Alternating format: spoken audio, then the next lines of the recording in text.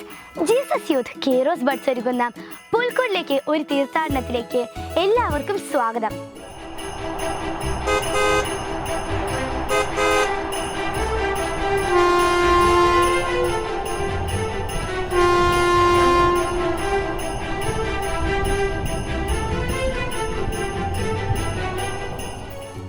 നമ്മൾ നമ്മുടെ 20-ാം ദിവസത്തിലേക്ക് എത്തി അല്ലേ?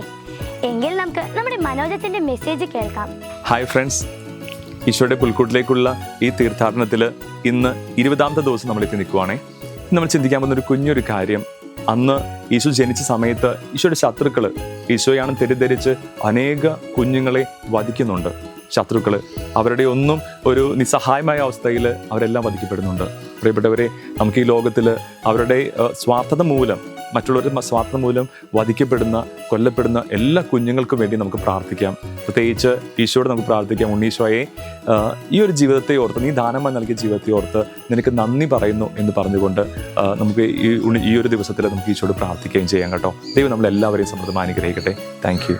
മനോജൻ നമ്മോട് പറഞ്ഞതുപോലെ തന്നെ ഈ ജീവൻ നമ്മുടെ ദൈവത്തിന്റെ ദാനമാണ്. ഓരോരുത്തരുടെയും ജീവിതത്തെ ആദരിക്കാനും ബഹുമാനിക്കാനും നമുക്ക് കടമയുണ്ട്.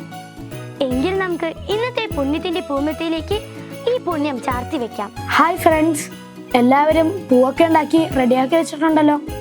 ഇന്ന് പുൽക്കൂടിലേക്കുള്ള തീർത്ഥാടനത്തിന്റെ 20-ാം ദിവസത്തിലേക്ക് നമ്മൾ പ്രവേശിച്ചിരിക്കുകയാണ്. ഇന്ന് നമുക്ക് മനോജച്ചൻ പറഞ്ഞു തന്നത് ജീവൻ ദൈവത്തിന്റെ ദാനമാണെന്ന് അത് സംരക്ഷിക്കണം എന്നൊക്കെയാണ്. ഇന്ന് പൂവിൽ എഴുതാൻ പോകുന്നത് ജീവൻ ദൈവദാനം, അങ്ങനെയാണ് ഇപ്പോൾ എഴുതാൻ പോകുന്നത്. ഇപ്പം ഞാനിവിടെ എഴുതിയിട്ടുണ്ട്. ഇനി ഇത് നമ്മുടെ പൂമെത്തയിലേക്ക് ഒട്ടിക്കാം. 20-ാമത്തെ പൂവും പൂമെത്തയിലേക്ക് ഒട്ടിച്ചു കഴിഞ്ഞിരിക്കുന്നു. ഇനി നമുക്ക് ബാക്കി 5 പൂവും കൂടെ ഉണ്ട്. അത് നമുക്ക് ഇനി വരുന്ന ദിവസങ്ങളിൽ ചെയ്യാം. അപ്പോൾ നാളെ കാണാം. ബൈ. നമ്മുടെ കുഞ്ഞു കൂട്ടുകാരോട് കൂടി നമുക്ക് സുഹൃജപം ചൊല്ലാം. നമുക്കിന്നത്തെ സുഹൃജപം ഏത് ചൊല്ലാം? ഉണ്ണീശോയെ, ജീവൻ എന്ന വലിയ ദാനത്തെ ഓർത്ത് ഞങ്ങൾ അങ്ങേക്ക് നന്ദി പറയുന്നു.